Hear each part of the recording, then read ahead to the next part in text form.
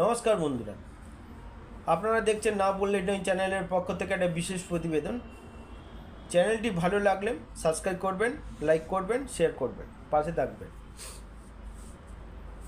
কথাটা হচ্ছে, মমতা ব্যানার্জি আজ পর্যন্ত যেসব জিনিস হতে দেব না বলে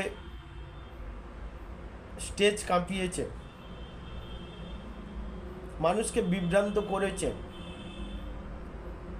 উল্টে ওইসব জিনিসগুলো হয়েছে, আরও বেশি করে হয়েছে। কেন বলছি এ কথাটা?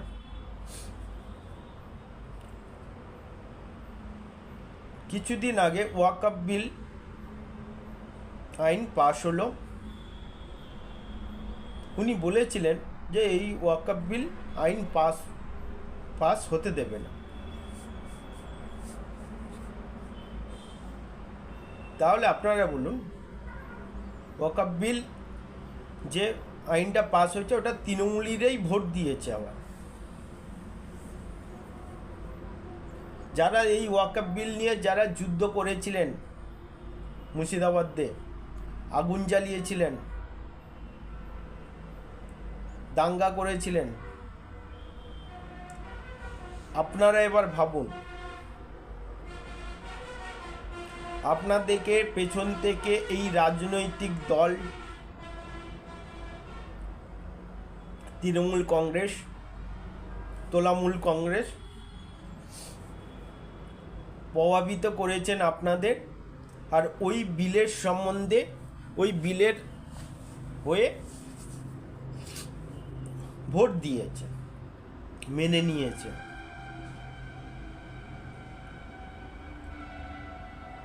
তাহলে আপনারা যে এত হিংসাত্মক যেভাবে করেছেন, আন্দোলন করেছেন, ওটা আন্দোলন বলে না তো, হিংসা। একটা পশ্চিমবাংলায় একটা মানে কি বলবো, পশ্চিমবাংলায় একটা মানে এমন করেছেন, আতঙ্কবাদীদের মতন আপনারা কাজ করেছেন, আপনাদের টিএমসি ইউজ করেছে। এর আগে 2026-এও বলেছিলেন,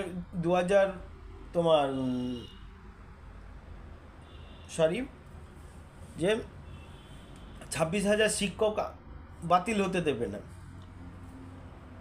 হয়েছে তো? এসআইআর করতে দেবে না, হয়েছে তো? যেটা ভাববেন মমতা ব্যানার্জি গলা জোরে বলে যে এটা হতে দেব না, ওটা হতে দেব না, এটা করতে দেব না, দেখবেন কেন্দ্রকে উল্টে ভেতর থেকে সাপোর্ট করে উনি বেশি। এটা মুসলিম সমাজের বোঝা দরকার, যারা সংখ্যালঘুরা আছেন তাদের বোঝা দরকার যে মমতা ব্যানার্জি যেটা বলে তার উল্টোটা দিল্লিতে করে আসে। আপনাদের বলেছিল না যে ওয়াকফ বিল নিয়ে যদি আন্দোলন করতে হয় দিল্লিতে গিয়ে করুন, এখানে কেন? যখন আপনি ভোটটা নেন, কি আপনি দিল্লিতে নিয়ে গিয়ে ওনাদের ভোট নেন নাকি? ওনাদের ভোটটা তো পশ্চিমবাংলায় হয়, পশ্চিমবাংলায় নেন তো। তাহলে আপনি দিল্লিতে, আপনার যদি জেতার ইচ্ছে থাকে, দিল্লি মানুষের ভোটের জিতুন। আপনারা শুধরান, মাথায় বুদ্ধি শুদ্ধি আছে, আপনারা শুধরান। কোনো পার্টি, যেসব পার্টিরা আপনাদের প্রভাবিত করে দাঙ্গা লাগানোর জন্য, কিছু ভোট পাওয়ার জন্য, যেসব নেতারা, টিএমসি নেতারা আপনাদের দাঙ্গা লাগানোর জন্য যেসব কাজ করায় আপনাদের, ওইখান থেকে বিরতি থাকুন।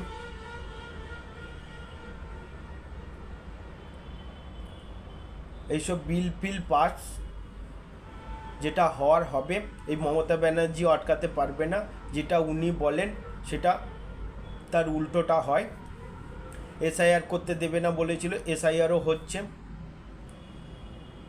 বড় জোর গলায় বলেছিলেন অভিষেক বন্দ্যোপাধ্যায় আর মমতা ব্যানার্জি, এখানে এসআইআর লাগু হতে দেবে না। বুকের পাটা কত এদের! এগুলো আপনাদের আইওয়াশ করে। উনারাও ভালো করে জানেন যে এখানে এসআইআর, যেখানে নির্বাচন কমিশন একটা সংবিধানের অঙ্গ, যেখানে বলবে যে এসআইআর হবে তো হবেই, কোনো রাজনৈতিক দলের কোনো কিচ্ছু করার থাকে না।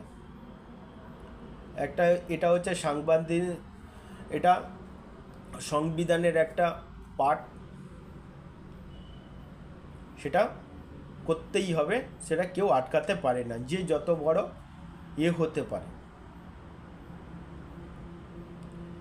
তাই বলছি আপনারা এই মানুষটার যে তৃণমূলীদের যে মানুষরা আছে ওনাদের কথায় পা দেবেন না।